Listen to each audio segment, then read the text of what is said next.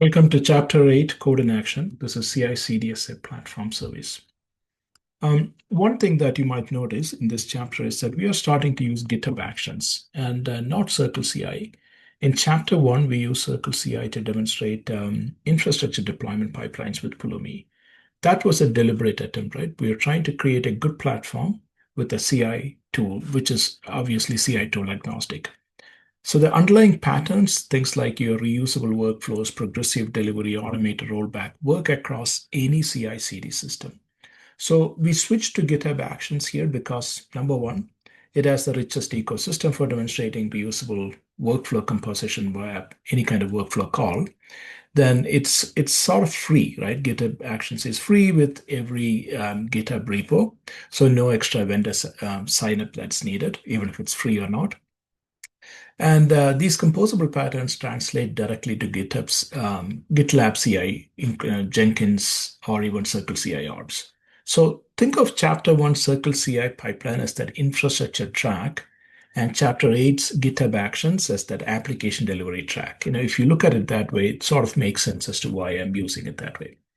Now, let's actually look at some of the scripts that are included here. Let's go to Chapter 8. The first script I want to look at is called Pipeline Composer. Pipeline Composer. Okay, so when I look at the Pipeline Composer script here, what it does is that it reads a YAML config, pipeline config.yaml, and generates a complete GitHub Actions workflow file. So these are the approaches that you typically need to have so that when you're building these things, you're a lot more efficient. Teams describe what they want, right? They can say, hey, this is how I do build, test, scan, deploy, and the platform generates a CI/CD YAML. So no copy paste, no drift. It's automatically generated correctly every time. So that's the pipeline composer that composes the pipeline. The next script that I want to look at is called the blue-green deployment YAML. So this one is for Kubernetes manifests. These are primarily Kubernetes manifests for those blue-green deployments. So there are two identical deployments run side by side. Traffic is switched instantly by patching the service selector, and you probably read that in the chapter. The canary deployment is think of this like this is where your Kubernetes and Istio manifests for canary deployment. So Istio's virtual service is the one that is actually routing a small percentage of the traffic, maybe 5 to 10%, to the canary, while the stable version handles the rest. So then you can promote by adjusting the weights. So that is canary deployment. The next one I should show you is the rollback controller. So this is an interesting one. This sort of monitors your deployment health metrics, your error rates, your latency, and then auto reverts canary deployments if thresholds are exceeded. And you could run this in a dash demo mode to simulate the decision loop so that you're not really changing it until you see how that's going to work. The next one we should look at is called the, let me see where I find that, scripts.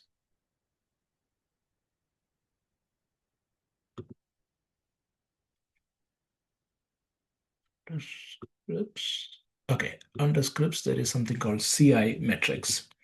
As you know, I'm a big fan of having the metrics and making sure that you know what you're going to fix before you fix something, right? So that's the idea here too. So this script calculates the four DORA metrics, your lead time, deployment frequency, MTTR, and change failure rate from that deployment history, whatever deployment history GitHub Actions provides, and it computes from that. So the purpose of doing this is to quantify the CI/CD effectiveness. The last one is called test pipelines. Just like every other chapter, we have a test script here too. This is the PyTest suite, sort of validating all your pipeline configurations, deployment manifests, and rollback logic. So if you end up making any changes to these scripts, this is what you should be running to ensure that you are getting this right. Okay, now that we have looked at the main scripts in here, let's actually go back and run something to see how this all works.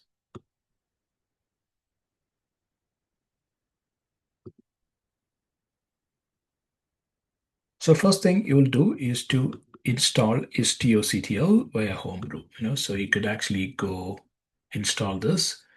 You can see the istio ctl is, it tried to install it. In my case, it was there. So it just, said, okay, it is available. If I want to reinstall, I can do that too.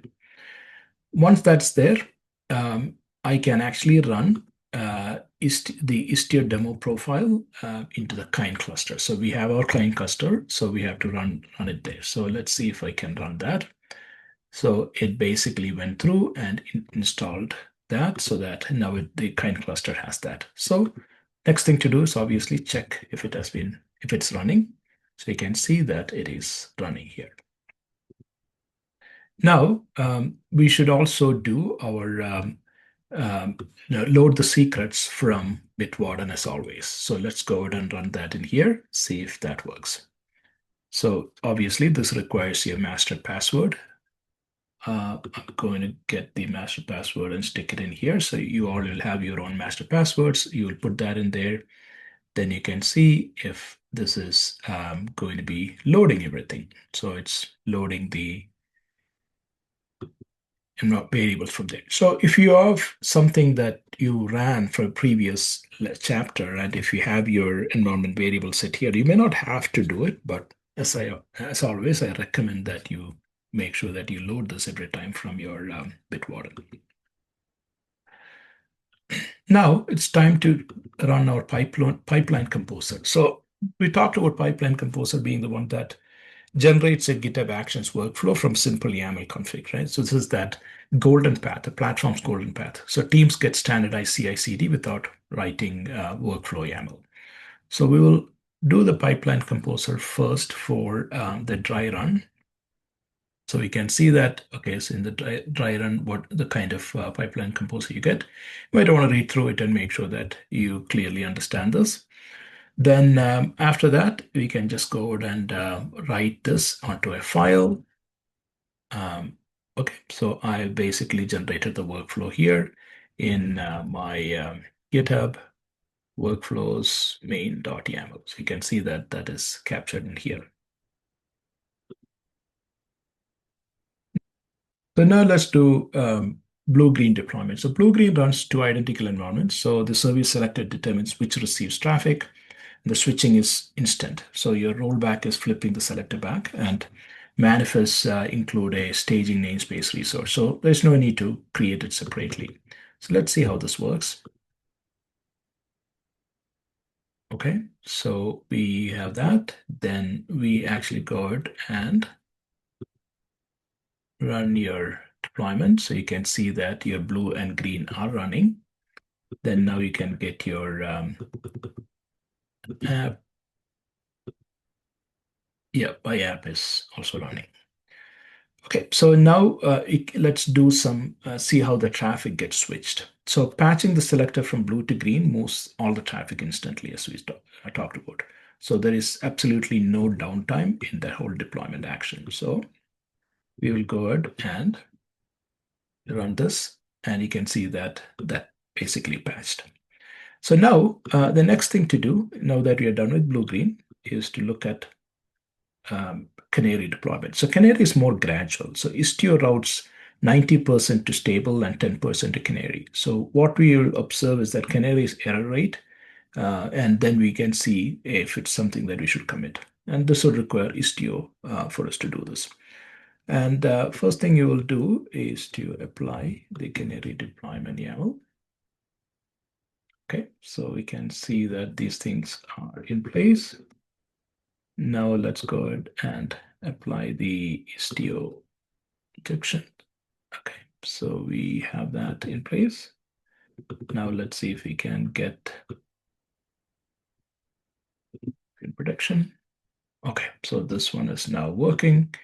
You can see this app in production. So essentially what we have is this virtual service now, but like, in majority of it in production. Okay, so now that we have that, we can now start promoting the Canary. So to do that, So I said we should probably do on a step-by-step basis. We need to do like 10%, 50%, 100%. So that we can validate each step before we actually get to the next one. So let's do our kubectl command. And let's see, I think I have a typo here. You can see what I'm doing. It's it's doing fairly on a step-by-step basis. So you can see that this went ahead and patched. Now that it is patched, we can now look at our rollback controller. The controller sort of monitors that error rate metrics and auto reverts the canary if the thresholds are exceeded. And this is sort of like the safety net that you need for the canary deployments. You can see that I'm running this in demo mode, instead of just, so just to simulate the whole thing, right? I mean, instead of just having to do the actual ones. All right, so I think that's covered most of it. Now comes the metrics part of it. So now what you need to do is to collect the four DORA metrics that we spoke about, and then see what other improvements that we can make from that. So we are collecting the DORA metrics here. So these 404s, look at this one. You're seeing some 404s there, right? These 404s are expected because your repo doesn't have these workflow files now. The script runs correctly and outputs valid JSON. That's what we are really trying to prove here, right? I mean, so this is not something that we worried about. Once you have the workflow files, those things will go. This is essentially saying that it couldn't fetch that. So that is all good.